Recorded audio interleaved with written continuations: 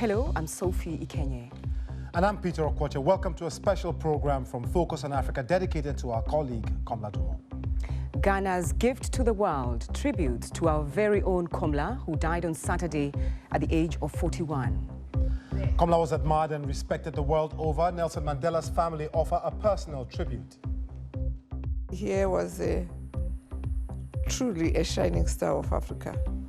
He was seen as a role model and inspiration to young journalists across the continent, especially to our very own Focus on Africa. It was always wonderful watching him on World TV presenting, and I knew that I too can make it because Komla did. Komla was also a man who would encourage me as a young journalist and say, "Great job, Charlie." He had a big smile, but also a big heart. Also on this program, hoping for a new order. The mayor of Bangui has been elected interim president of the Central African Republic amid ongoing communal violence. Over the weekend, troops loyal to the South Sudanese government recaptured the key town of Bor.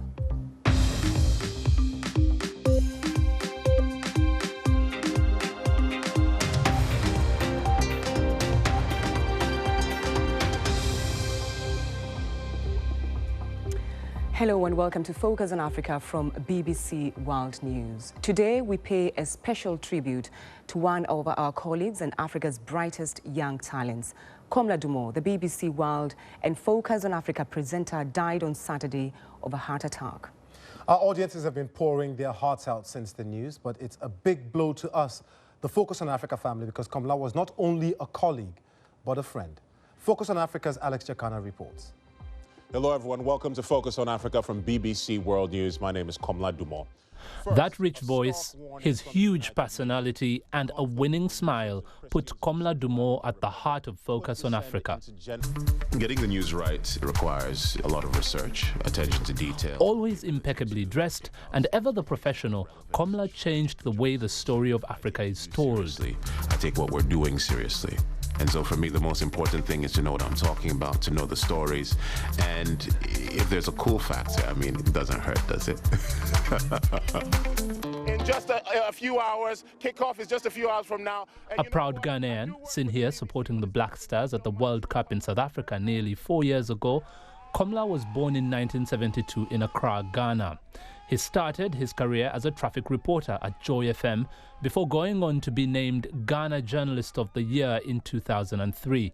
He then came to us here at the BBC in 2006, working first for radio and then television. Happy New Year. On screen, Komla was polished and professional. Behind the scenes, he was a friend to everyone, always finding time for a hug and a hello. Happy New Year, bro. It shall be well.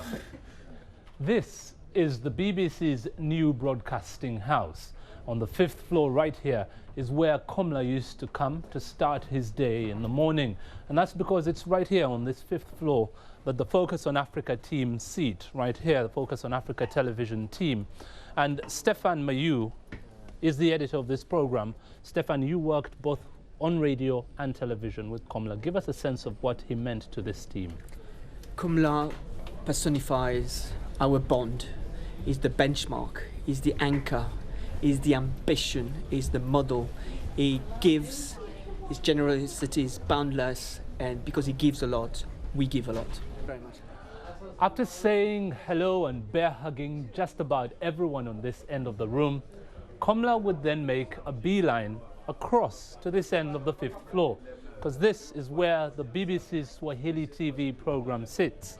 He'd come here, yes, to extend the bear hugs, the handshakes, but quite often to inspire his fellow colleagues at the start of their workday. Zuhura Yunus, you are one of those people that Komla usually said hello to. What will your lasting memory of him be? My lasting memory will be like 2 years ago when we just started training to be on TV. That's when the Tanzania ferry accident happened in Zanzibar, and I was asked to go and talk about it, discuss about it. I've never been on TV, and I said, no, I can't do it. So I ended up not doing it, and then I didn't realize Komla did notice that, and he called me later and asked me, why didn't you do it? I said, I'm afraid I've never done TV before. I can't. I said, no, never say no. Go for it. You'll never know until you do it. So that's one thing I will really, really remember. Never say no. And I guess that's why today I said, yes, I will talk on TV. So there you go, his legacy living on already. Absolutely. More African stories, of course, on the BBC website. Now, As much as he meant to those of us inside the BBC, Komla's impact reached far beyond this office. I've only been here for just a few hours, and it is quite clear that something very special is happening in this country. He was passionate about journalism. A combination of sharp intellect and charm meant that everyone wanted to talk to Komla Dumor. Is it that sense of, responsibility at the time it happened, you were president, that connects you or actually drives the position that you have vis-a-vis this issue? Maybe. Guilt, No, perhaps a not stronger guilt, word. because whatever guilt I had went away when I took responsibility for not helping them. From presidents to business leaders to market workers, everyone got the same Komla treatment. Former UN Secretary General Kofi Annan is one of the more recent to pay tribute to Komla, saying, "Africa has lost one of its brightest young talents. I shall miss his smile and wonderful sense of humor." Earlier, the country's president, John Dramani Mahama, said, "Our nation has lost one of its finest ambassadors." Komla Dumor was Ghana's gift to the world. Melinda Gates from the Bill and Melinda Gates Foundation said, "Bill and I are saddened by the death of the BBC's Komla Dumor. His work bringing the stories of Africa to the rest of the world will be missed." Well, folks, that is all from the program. A big man who leaves behind a big legacy both professionally and personally, Komla influenced a generation and changed the way the world sees the continent he loved and was so proud of. And that's the latest BBC News. I'm Komla Dumor. Komla Dumor will be remembered as an exceptional journalist, a dear friend, but above all, a husband, a son, and a father. Thank you, thank you. A shining star of Africa. That's how Nelson Mandela's daughter, Makaziwe Mandela, has described Komla. The Mandela family called us at the BBC when they first heard the news. They were keen to pay their own tribute to Komla, whom they met in South Africa in December. He was the first journalist to speak to the family after the passing of Madiba and the only journalist they invited into the former president's home. Makaziwe spoke to Focus on Africa's Nomsa Mateko in Johannesburg. There was a lot of shock and sadness amongst us because, as you say, here was truly a shining star of Africa who came into our lounges, our bedrooms, every day at 7:30 South African time, Focus on Africa, and sometimes on other channels. But as you say, a beacon of Africa's warmth and shine. Komla was Africa in every essence. When you met him, it was at a difficult time when you had just lost your father. But he described to me how he felt like he was part of the family when he came to offer condolence to your family. He came into my house and called me Mommy, which is really an endearing way in which West Africans call elder people. And I was just comfortable with it. And we chit-chatted about just about everything else. I was very comfortable. And that's the type of person, of professional journalist that he was. As I said, there are those people who have you call it charisma. In Xhosa City, we say imkita, some, who have just that presence with them that make you happy, that make you, even if you are sad, give you that warm feeling inside.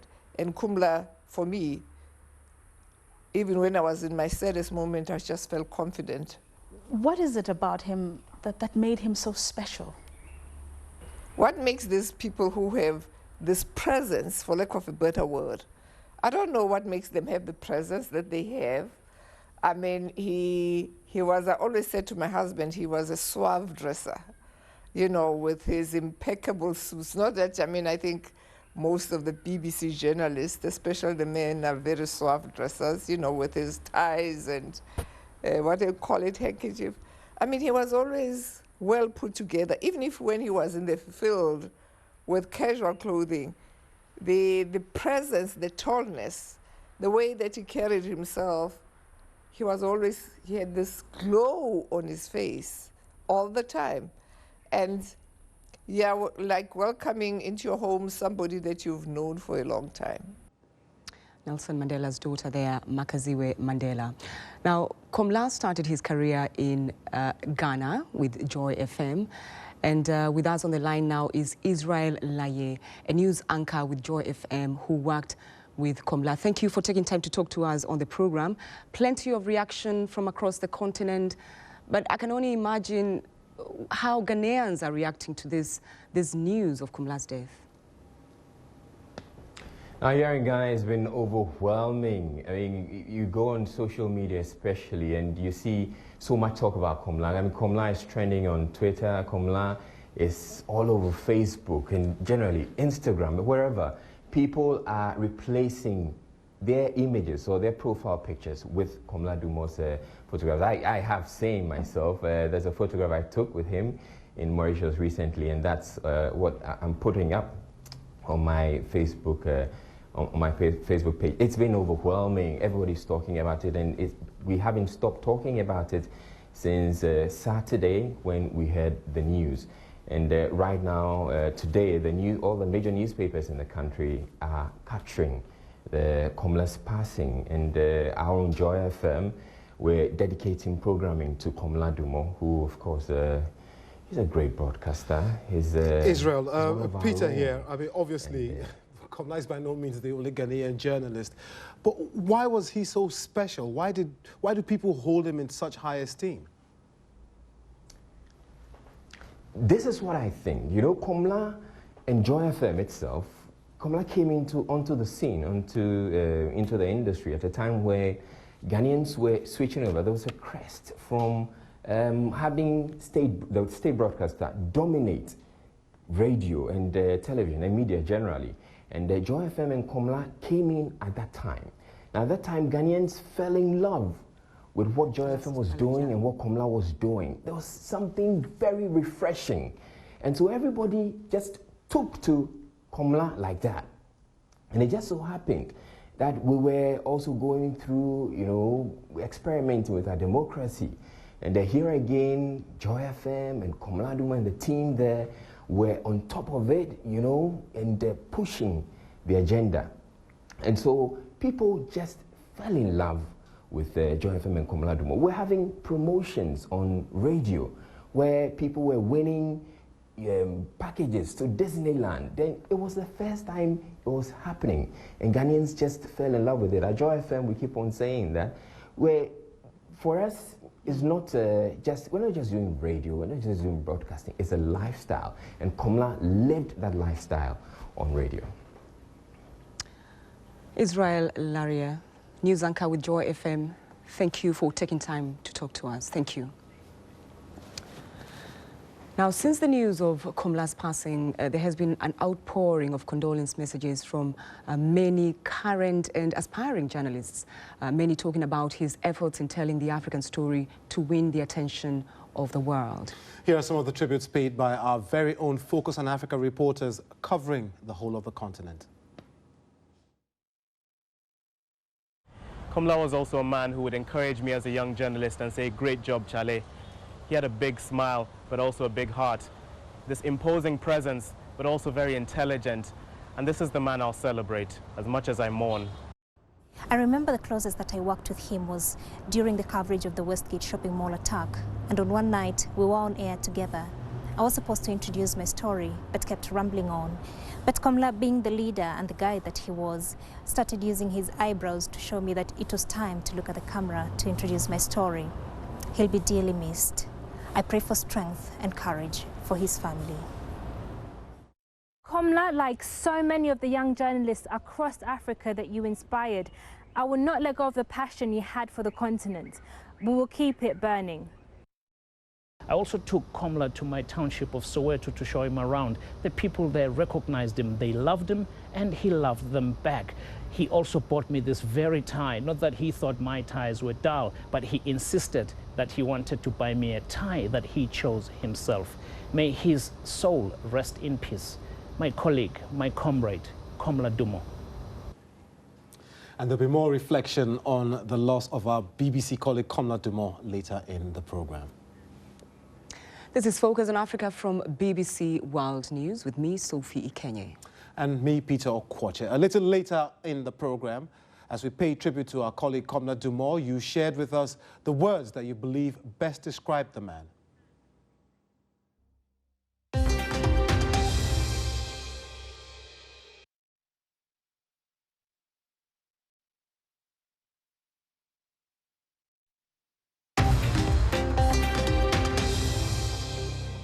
Welcome back to this special edition of Focus on Africa. I'm Sophie Ikenye. And I'm Peter Okwoche. The top stories on this program. Our friend and colleague Komla Dumor has died of a heart attack at the age of 41. Tributes have been pouring in from around the world since he passed away at his home on Saturday. Elsewhere, troops loyal to the government of South Sudan have recaptured the key town of Bor over the weekend. The South Sudanese army also claims to have recaptured the key town of Malakal from rebels after days of heavy fighting. Well, let's now return to our special tribute to our colleague Komla Dumor, who passed away on Saturday. And joining us now is the head of BBC Africa, Solomon Mugera.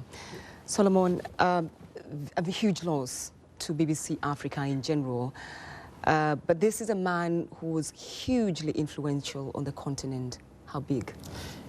Extremely big. In fact, the word used, hugely, would actually apply to exactly what Komla did. First of all, look at him, 6 foot plus towering, but at the same time, down to earth.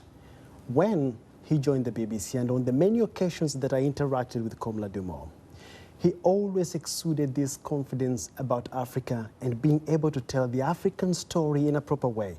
And he had his own 4 principles of telling the African story. One of them, which I may say, that I could attribute to him was use the best talent to tell the African story. And Komla was actually the talent we BBC were using to tell the African story. And then he went on to say, when you're telling the African story, be balanced about that story, or please don't patronize me. What did he mean? We've been hearing the song about Africa rising, several economies in Africa registering impressive, enviable figures in terms of economic growth.